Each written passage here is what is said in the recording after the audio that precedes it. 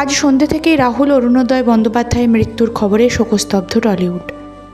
এই বিষয়ে আমরা কথা বলেছিলাম তার দীর্ঘদিনের বন্ধু সহকর্মী রুদ্রনীল ঘোষের সঙ্গে।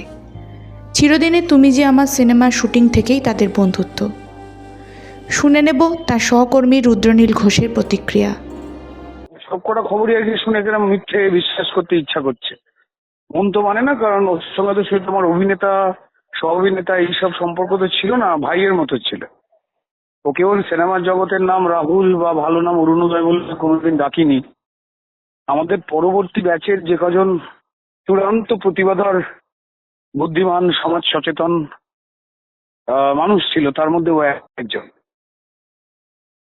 এবং এই চিরদিনে তুমি যে আমার থেকেও যে বিখ্যাত হয়, যখন সবাই ওকে বড় করে চিনলো, সেটা কিন্তু ওই নাচ গান সানগ্লাস যা মেন স্ট্রিমের জেনারেল উপাদানগুলো হয় তার বাইরে গিয়েও কিন্তু অভিনয় ক্ষমতা দিয়ে স্টার হয়ে উঠেছিল।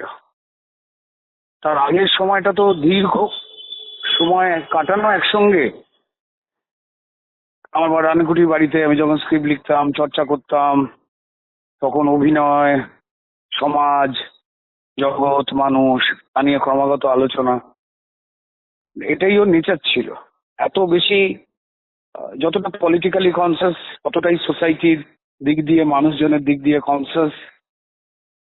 তার সঙ্গে সঙ্গে যেটা সব থেকে বড় গুণ, যেটা হয়তো আমরা সবাই মিস করব, আজকের এই জটিল পৃথিবীতে নিজের মতো তো মানুষ বাঁচতে পারে না, সেখানে কোথাও না কোথাও কিছু কিছু বস্তুর সঙ্গে, ব্যাপারের সঙ্গে মানুষকে আপোষ করতে হয়।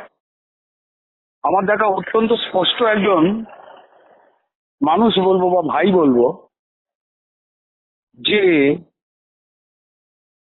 আজকের দিনের যে সামান্য ভালো থাকার হাতছানিতে, যেখানে মানুষ একটুখানি হয়তো মাথা ঝুঁকিয়ে ফেলে বেঁচে থাকতে গিয়ে, লড়াইতে ক্লান্ত হয়ে গিয়ে, সেই ক্ষেত্রেও কিন্তু একদম ওই বিষয়গুলোকে দূরে সরিয়ে রেখে দিয়ে বাঁচত, যেটা আজকের দিনে চূড়ান্ত কঠিন।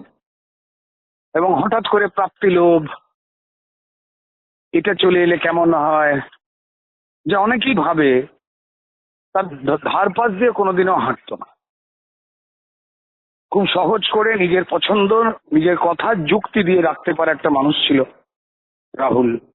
বাবিন আমাদের, ও চলে যাওয়া আমাদের অনেকের অনেক মানসিকভাবে তছনছ করে দিচ্ছে। ওর ছেলে সহজ, ওর মায়ের কাছে জানি না, বন্ধু বান্ধব কয়েকজন গেছে, কি বলবো জানি না। কারণ কদিন আগে ওর বাড়িতে গিয়েছিলাম, একসঙ্গে খাওয়া দাওয়া করে এলাম। তো মা বললো আবার আজকে দুজনকে একসঙ্গে খাওয়াবো। কার সঙ্গে খাবো? ওর বউ প্রিয়াঙ্কা, ওর বাচ্চা সহজ। জানি না ফেস করা যাবে কি করে, বুঝতে পারছি না। শুটিং, সেখান থেকে দুর্ঘটনা নাকি কোনো অন্য ঘটনা, গাফিলতি, তা জানি না। তা পোস্টমর্টম, ডিসেকশন এগুলোর পর হয়তো বুঝতে পারা যাবে। কিন্তু এমন একটা ভাই চলে যাওয়ায় সবাই খুব বিপদে পড়লো মানসিকভাবে। হয়তো দর্শকের একজন চূড়ান্ত সূক্ষ্ম ব্রিলিয়েন্ট সুপার অ্যাক্টরকে হারালো, যে সংখ্যা এই সময় বড়ই কম। টলিউডে বিশেষ করে তো নেই, এত সূক্ষ্মতম অভিনেতা দু একজন ছাড়া নেই। কিন্তু চাপ লাগে আর কি, মানে বিশ্বাস করতে ইচ্ছা করছে না। দেখি যদি রাত্রিবেলা বাড়ি যেতে পারি। আমি সামনে ইলেকশন, নির্বাচনের কারণে একটু পিছিয়ে ছিলাম, হাওড়ার দিকে ফেরার চেষ্টা করছি। জানি না, মানে ওর বাড়িতে গিয়ে মায়ের সামনে দাঁড়াবো কি করে বুঝতে পারছি না, কি বলবো সেটা বুঝতে পারছি না। ওর বাচ্চার মুখ, ওর স্ত্রীর মুখ, তার সামনে কিভাবে থাকবো সেটা বুঝতে পারছি না।